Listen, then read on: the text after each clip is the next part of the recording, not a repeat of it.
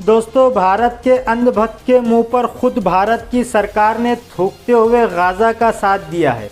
मेरे दोस्तों, हैरत करने वाली बात बता रहा हूँ कि जो भारत में रहने वाले आतंकी और घटिया सोच के लोग हैं, जो सोशल मीडिया पर लिख रहे थे कि आई स्टैंड विथ इज़राइल, उनके मुंह पर थूक दिया है खुद भारत की सरकार ने।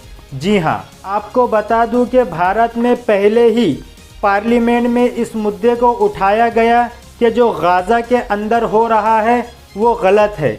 विदेश नीति भारत की पहले ही कह चुकी है और अब खुद भारत के प्रधानमंत्री माननीय मोदी जी भी इस मुद्दे पर कई मर्तबा बयान दे चुके हैं कि फ़लस्तीन के अंदर गलत हो रहा है।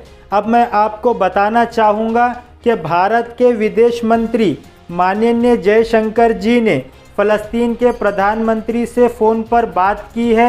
बात काफ़ी लंबी है।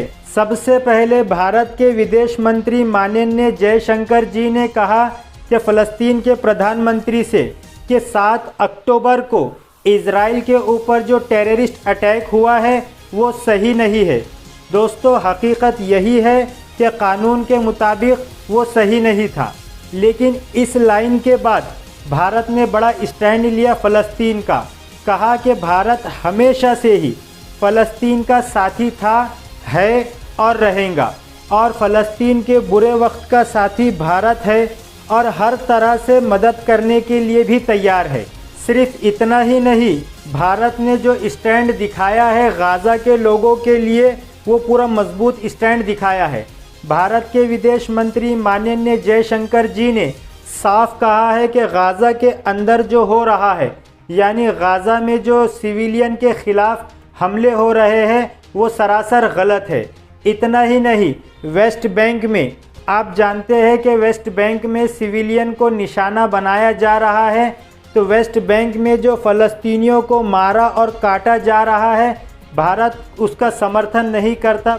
दोस्तों, भारत के विदेश मंत्री ने साफ कहा है कि अगर आपको किसी भी तरह से मदद की ज़रूरत हो तो हम मदद देने के लिए तैयार है।